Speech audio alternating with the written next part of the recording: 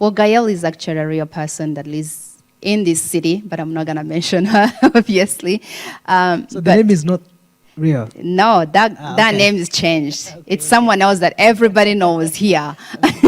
But I'm not going to say who it is. But I met Gael in my high school, obviously, as it's put in the book, and met her towards the time that I'm actually going through depression and trying to commit suicide. And that was after I had attempted suicide about twice.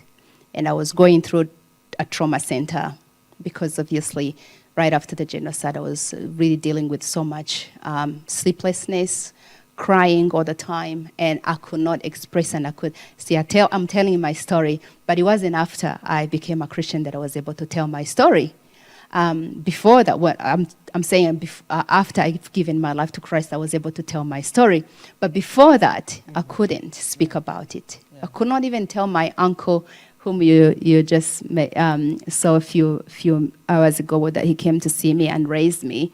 But I couldn't tell him how his sister and his nephews and nieces were killed.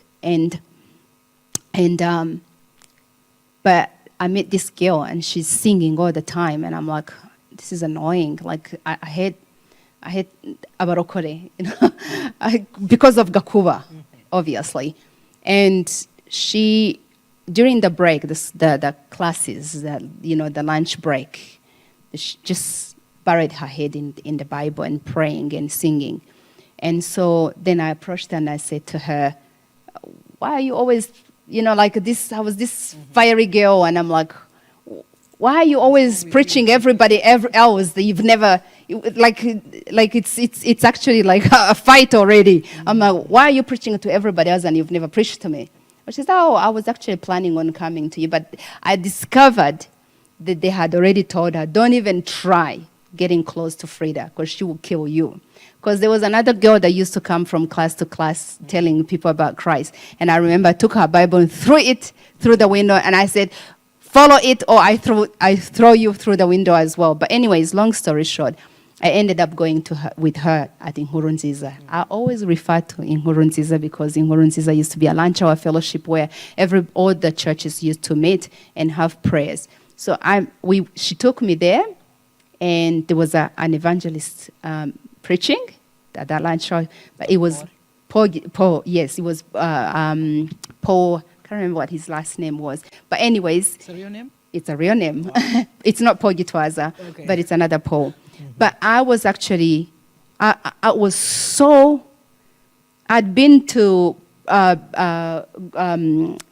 the business prayers in the evening, there was full gospel. Mm-hmm. But this time was different. I had already been to those with the Gabis and so on. But this one was very different. This guy speaks as if he knows me. And I'm sitting just in the back, but he's still describing my name, my life. You've lost your family. We're talking about 4 years after the genocide. Things are still really raw for people. But he's talking like he knows me. You've lost your entire family. You have a very unforgiving heart. You are full of bitterness. He describes but God is calling you. And I'm going to tell you that God is going to use your story around the world. And I'm like, this guy, did Gael go tell this guy about me? Mm-hmm. But I know I came with Gael from school. Mm-hmm. She didn't know I was a survivor either. Mm-hmm. So she didn't know anything about me to have told. So I'm pretty sure this guy is speaking, God is speaking through him. So that's when I gave my life to, by the end, I was already convinced, like, this is it. I'm giving my life to Christ. I'm becoming a Moroccan. This is it. And I'm the kind of person, if I'm convinced to do something, I'm on it. There's nothing that's going to stop me. I knew my family was going to be against it, but I was wholeheartedly convinced God was calling me. And now that's the day that I remembered that voice. Right there and then, I remembered that voice. You will suffer, but you will live. That voice came back, and I know, now I know. So it made a lot of sense. Yes. And also the promise you had made of becoming a nun. And now the promise that I had made becoming a nun. Imagine if I had been a nun. Look at those beautiful boys. If I had become a nun, if I'd become a nut, there would be no these guys. But anyways, that's when I remember the prayer that I prayed. Lord, I will serve you all the days of my life if you help me out of this ditch. If you save my life, I will. Not that we should actually pray those prayers of if, you know. But when I prayed that prayer, that day, I remember that prayer, and I'm like, this is it. This is that moment when I give my life to Christ. And that was, the rest is history.